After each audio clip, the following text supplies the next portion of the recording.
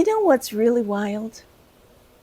I didn't know I was an introvert until I was in my 50s. For decades, I thought I was weird, too quiet, too sensitive, too something. Something was wrong with me for not enjoying big gatherings the way everyone else seemed to. Turns out, I was just me. If that sounds like you too, you might be a secret introvert, like I was. Come join me in my new video. You're not broken, you're just wired differently. Hi, I'm Kate. Welcome to my YouTube channel, Kate's Wandering Ideas, where I reveal all my secrets. I make videos to help you build the best life possible, and I hope you'll take a few moments to click the thumbs up and subscribe. That helps my channel grow, and I really, really appreciate it. So before I realized a little more about myself, I used to push myself to mingle, make small talk, be more outgoing. Yeah, because that's what people said I should do. But afterward, I'd feel completely drained, like someone had unplugged my batteries. For years, I honestly thought something was wrong with me. Everyone else seemed to love big parties, group vacations, constant chatter. And I'd go along with it because that's what you were supposed to do. Then I'd come home absolutely drained and wonder why I couldn't handle what everyone else seemed to enjoy. I remember a party at a friend's home. I just found a place off to the side to sit and wait until it wouldn't be rude to leave. Well, I wish I were kidding. It took me decades to realize that nothing was wrong with me, nothing at all. I just processed the world differently. I wasn't broken or antisocial. I was an introvert trying to be an extrovert because that's what I was told I should do. And I found it absolutely exhausting. If you've been doing the same kind of thing like I was, a secret introvert who spent years trying to act like an extrovert because that's what the world tells us we should be, yeah. I wasn't antisocial. I wasn't shy. I wasn't broken. I was just wired differently. And in my mid-50s, I finally realized that I was an introvert and that was okay. Let me tell you how I figured it all out. I had become a tour director in my early 50s. Can you imagine an introvert becoming a tour director? Someone whose job is to make sure everyone is having a fun trip? I had to spend my days smiling, nodding, making polite small talk, while mentally counting the minutes until the day's activities would be finished. Then I found that I had to be alone in my hotel room all evening long so that I could recharge for the next day. When I mentioned this to a friend, she laughed and said, "Oh, you're just an introvert." I almost protested. Me? No way. I liked people. I liked conversation. I'd been a teacher, a traveler, and at the moment I was a tour director. All jobs that required people skills. I thought introverts were the ones who hated people and lived in dark rooms surrounded by books and cats. But then I started reading about introversion, and suddenly everything started to make sense. I learned that being introverted doesn't mean you're antisocial. It means that social interaction drains you instead of recharging you. For extroverts, being around people gives them energy. For introverts, Being around people drains their energy. That's the difference. It's not that we don't enjoy people, it's that we can only handle so much stimulation before we need to retreat and recharge. Once I understood that, it was like decades of guilt lifted off my shoulders. I wasn't weird or defective. I just had a quieter way of refueling. I started thinking back to all the times I'd beaten myself up for leaving a party early or choosing to read in a cafe instead of joining a big group. I realized I hadn't been avoiding life. I'd just been protecting my energy. Does this tell you a little bit about why so many introverts stay hidden or secret? I think a lot of people go through life not realizing they're introverts because society rewards extroverted behavior. We are taught that being outgoing, chatty, confident, and always on is the gold standard. Kids who speak up in class get praised. Adults who network and mingle get promoted. Meanwhile, those of us who need quiet time or prefer one-on-one conversations get labeled shy or too reserved. Some of us internalize that message and start believing that we need to fix ourselves. I grew up hearing phrases like, "You need to get out more."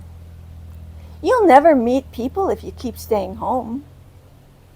So I tried to force myself into the mold, attending events I didn't enjoy, joining group activities that left me drained, saying yes when my whole body wanted to say no. And each time I did, I came home feeling worse. If you've ever been told you need to come out of your shell, let me tell you, maybe that shell isn't a prison. Maybe it's protection. The myth of the broken introvert is something that for years I thought my exhaustion after social events meant that I was failing at being normal. Everyone else seemed to have endless energy for socializing. They'd go from work to dinner to drinks and still wake up bright and chatty the next day. Meanwhile, I needed a full 24-hour recovery period just to feel human again. I used to think I was too sensitive or too emotional. But sensitivity isn't weakness. It's actually one of the strengths of introverts. We notice details. We feel deeply. We reflect before reacting. And that so-called overthinking that people love to tease us about, well, it's often the reason we make good listeners, thoughtful friends, and careful decision makers. We don't need to change that part of ourselves. We just need to stop apologizing for it. I was eventually able to look back with new eyes. I started seeing my entire past differently. Suddenly, the teenager who hid in her room reading for hours wasn't antisocial. She was recharging. The adult me who dreaded office parties wasn't being rude. She was protecting her peace. The traveler me who preferred exploring alone instead of in a tour group wasn't lonely. She was comfortable in her own company. I wish I'd known sooner that it's okay to be that way. I would have saved myself a lot of guilt and self-criticism. When you finally realize you're an introvert, life doesn't instantly get easier, but it gets clearer. You start to see that your energy is a limited resource. You can spend it wisely, or you can waste it trying to meet other people's expectations. I started planning my days differently. If I had a big social event, I'd give myself quiet time before and after. I learned that I don't have to answer every message right away, and I don't have to explain why I'd rather stay home on a Friday night. And the best part? Once I stopped pretending to be someone I wasn't, I had more energy for the things and the people that truly mattered to me. So if you're listening to this and thinking, wait, could that be me? Here are a few signs that you might be a secret introvert too. You enjoy being around people you like, but only for a limited time. You love deep, meaningful conversations, but dread small talk. You sometimes feel lonely, even in a crowd. You need alone time after socializing, even when the socializing was with people you love. You have a rich inner world full of thoughts, ideas, and imagination. You find constant noise or interruptions mentally exhausting. You feel guilty for saying no, even when you know you need a break. If you nodded along to most of these, welcome. I think you might be a card-carrying, secret introvert. There's something incredibly freeing about understanding yourself. Once I knew I was an introvert, I stopped trying to fix what wasn't broken. I began saying no without apology and without any false reasons why. I started structuring my days around what actually nourished me. The relief was enormous and really helped my relationships. I could finally explain to friends that when I needed alone time, it wasn't because I didn't care about them. It was because I needed to recharge so I could show up as my best self later on when I was with them. The biggest shift came when I stopped viewing introversion as a limitation and started seeing it as my natural rhythm. The world celebrates loudness, the go-getters, the life of the party, the ones who always have something to say. But quiet strength has power too. Introverts make space for others. We think before we speak. We observe, reflect, and connect deeply. In a noisy world, that's a rare gift. So if you've been living life feeling off without understanding why, take it from someone who spent 50 years trying to act extroverted. You're not defective. You just haven't been living in alignment with who you really are yet. If you've spent years thinking something was wrong with you because you didn't fit the outgoing mold, take a deep breath. There's nothing wrong with you. You might just be a secret introvert who finally needs permission to be who you already are. When you take care of that part of yourself, everything starts to make sense.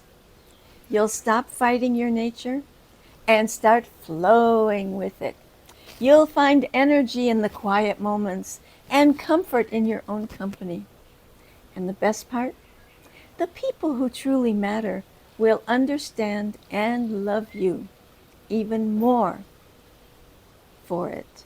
So here's to all the secret introverts out there, the thinkers, the feelers, the quiet observers who've spent too long pretending to be loud.